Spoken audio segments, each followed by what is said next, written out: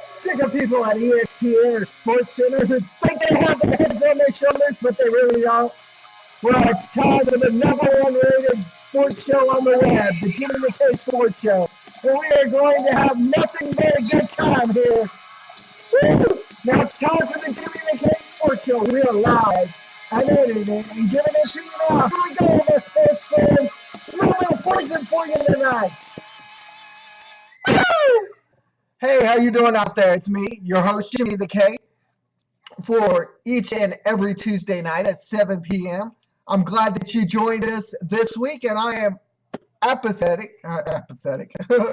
I'm happy that you joined us for an awesome week this week. I definitely want to get to the sports news that we have for this week, and we're just going to go right into it. As the last couple of weeks have been a little bit busy, I'll delve into some. You'll probably miss some, but hey, you want your sports stories on the show? If you're viewing right now, you actually have a chat window to the right window. If you're viewing through Facebook, you can chat using your Facebook site as well. And you can ask questions that way if you're viewing live, or if you're not viewing live, you know the ways that you can email us, you can Facebook us, all that other good stuff. But we definitely want to get to the sports news. I want to start off with something that happened a couple of weeks ago. I put it up on my blog. It's actually former baseball players Curt Schilling's daughter was being bullied. She got accepted into a university or a community college as being a softball player. He put up on his site how proud he was of his daughter, and some dingling trolls, or whatever you want to call them, decided that they wanted to try to pick at, make fun of his daughter. And in no certain way, he decided, rather than telling them to get off Facebook or to tell his daughter not to go on Facebook, go after these guys. It's actually pretty funny what happened. So what's going to happen is I'm going to read basically verbatim what is on Curt Schilling's site. I give kudos to Curt Schilling, word for word. Everything will be in there. If you have young children, there's some inappropriate language in it, but I'm going to read this word for word so that you can understand the intensity of the bullying that his daughter got for being accepted. So this actually is Curt Schilling's blog, and I give full credit to Curt Schilling, full credit. So it's definitely not something that I'm promoting or whatever, but I definitely agree with everything that went on here. But verbatim, here's what his blog said.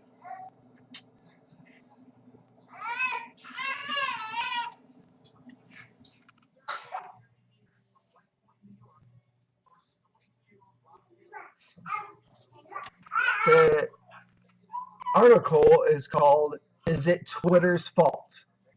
Now, again, this is strong language and not language that I definitely agree with, but I'm reading this verbatim, okay? He says, "Hello. For those of you saying just block it or get off Twitter, stop reading now. I would bet 100% of you are either childless fathers or singles. Here's the thing. You can do whatever you choose when someone tries to verbally or physically attack one of your children. Me, I don't possess the turn the other cheek gene when it gets there. I'm not upset that people are talking trash to me or at me. Sure, as a human being, you wish no one would say mean things, but hey, that's life, and that's the world we live in." Given this sheer tonnage of quotes and comments I was bound to create a "he's a tool" list that was well stocked. I don't have issue going back and forth with keyboard cowboys and tough guys because they're small people. I'm okay with that. That's 100% on me. I mentioned being a Republican, being a Red Sox, and all that other stuff. I didn't insert politics to make a point, I did so to make sure if you read it, you knew that I knew people hate me for one or more reasons. If you hate me because of my political stance, that's okay. If you hate me because you love the Yanks, that's cool. Those differences are the very fabric of this country. We are allowed we are allowed to be, think, and act different.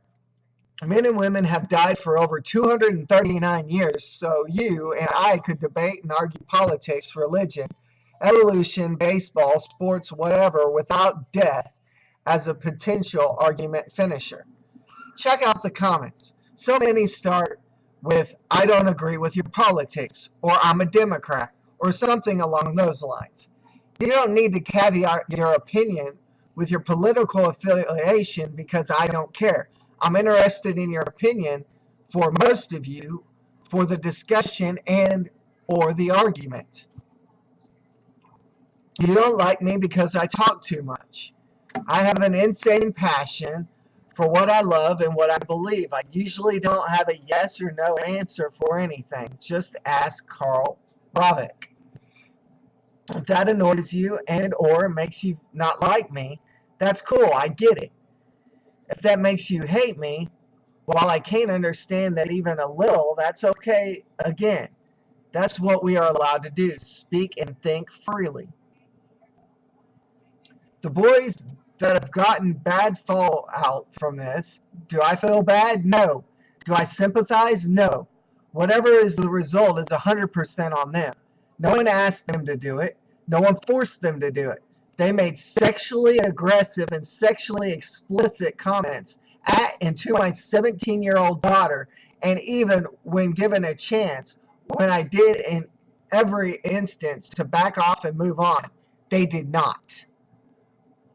For all you tough guys out there who piss and moan with the just turn it off or just block, why on earth would I allow someone with zero hero or zero honor, zero integrity, and zero morals to dictate even 1 minute of my life? I look at it like this. If someone walked into your house and punched your daughter square in the face, what would your reaction be? You and I probably are thinking the very same thing. How is that different than what happened to my amazing daughter? Here's how. Those bruises on your daughter's face, they'll heal over time and go away. My daughter, she was bruised and battered every bit as bad as that punch. Her scars are there forever. For you men trying to somehow side with these guys, go for it. You don't have far to go in life. In fact, you may already be at your finish line. Ladies, I don't care if you're 70 or 7. There is no time, no place, no reason in your lives, even that anyone, most especially a man, is allowed to talk to you or treat you this way. 99.9% of the tools that continue to rant didn't even read the article, and they most assuredly didn't click on the links. Young women and men are killing themselves after being cyberbullied. You have a son, daughter, sister, brother, niece, nephew, cousin, one that would go to ends of the earth for? Think about it for a second. Phone rings and that person has died, hung themselves because they were bullied. How are you doing? What's your reaction? Let me be very clear again.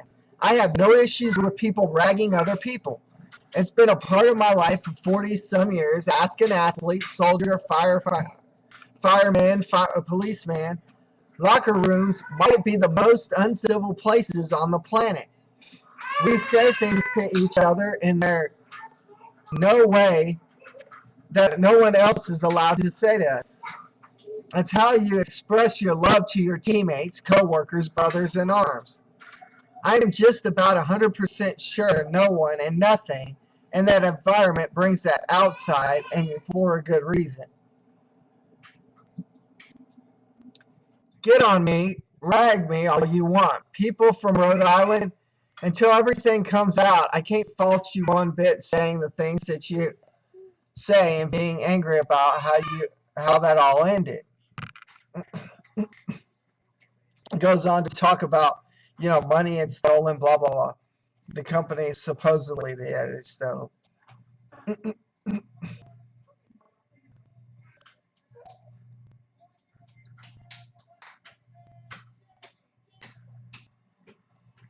The world we live in, while it has changed, the rules honestly haven't in many cases. Twitter, it's here to stay. It's here and is a part of a social network this generation has grown up with and will live with. You can turn it off, you can block everyone or say, I don't let my kids do it. That will not make it go away. It's part of their lives and by relation, yours. Go ahead. Those of you that are certain your kids don't go on, Google their names. But before you do, be very ready to see and hear things that will stun you. It's not, to me anyway, an offense you punish them over. But it is an incredibly important discussion that needs to happen. I can't believe it's true, but it is. Kids are killing themselves over cyberbullying. Regardless of the psychological reasoning or arguments, do we need any more reason than that to stand up and begin to push for an end and far, far tougher laws? I don't think we do. Anonymous is the only human being and his cohorts on this planet that are truly is anonymous. I'd have solicited his or their help, but I'm praying they're the ones to finally destroy the infrastructure of the murderers overseas. We don't need the FCC. It's not Twitter's, Facebook, Hulu, YouTube, Instagram, Vine, or any other social networking service's fault.